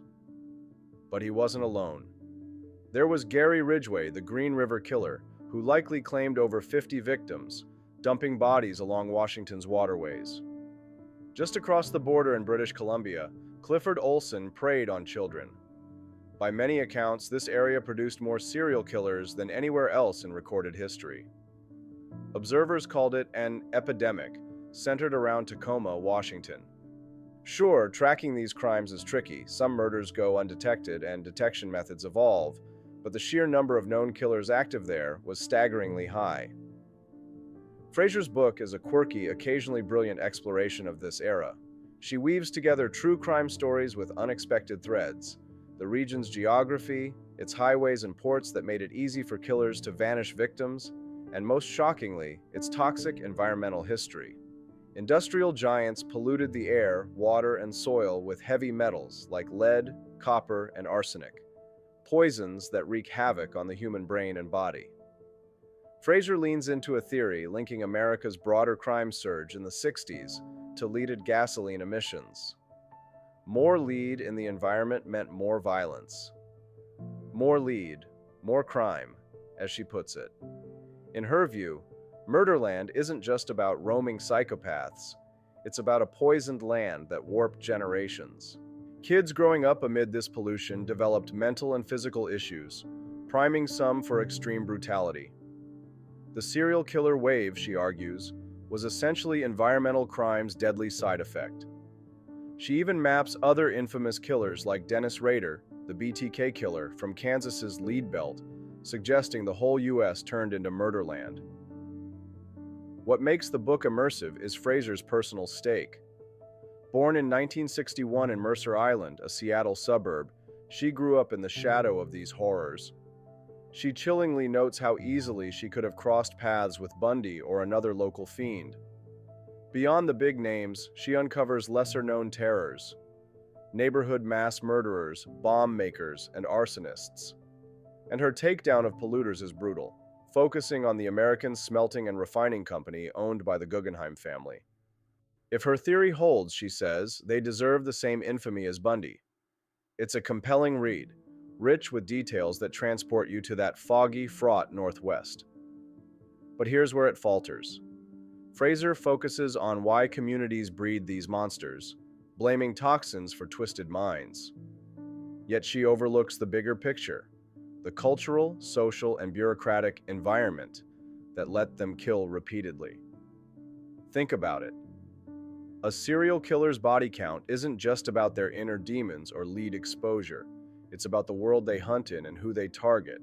Imagine two disturbed men, both poisoned by pollution, both violent at heart. Call them Bert and Ernie. Bert lashes out at power. He kills a cop or politician. Boom. Media frenzy, massive manhunt. He's caught fast, never racks up kills. Ernie? He preys on society's fringes like sex workers in seedy urban spots. Their deaths barely register. Cops and press shrug.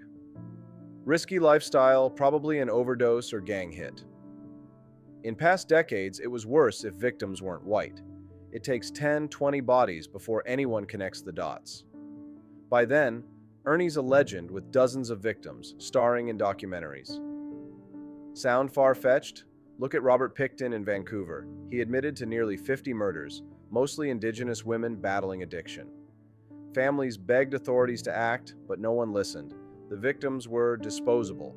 Or the serial killers stalking black communities in 80s and 90s LA. Deaths blamed on drugs or gangs. Investigations stalled for years. If these killers targeted Berts like officials, they'd be stopped after one. The 70s and 80s serial boom? Official apathy played a huge role, plus the era's revolutions. Sexual liberation meant more casual encounters, disappearances ignored. The drug scene pushed vulnerable people into red light districts. Baby boomers took risks older generations avoided, and cops didn't crack down on hookups, straight or gay. Victim pools exploded, tempting the depraved. Toxins might have created monsters who killed once, but prolific sprees needed this perfect storm of societal shifts. Without it, no epidemic, smelters or not. To truly grasp Murderland, you can't ignore Victimland, the overlooked lives that let the horror multiply. Fraser's book is a must-read, but it leaves that crucial half untold.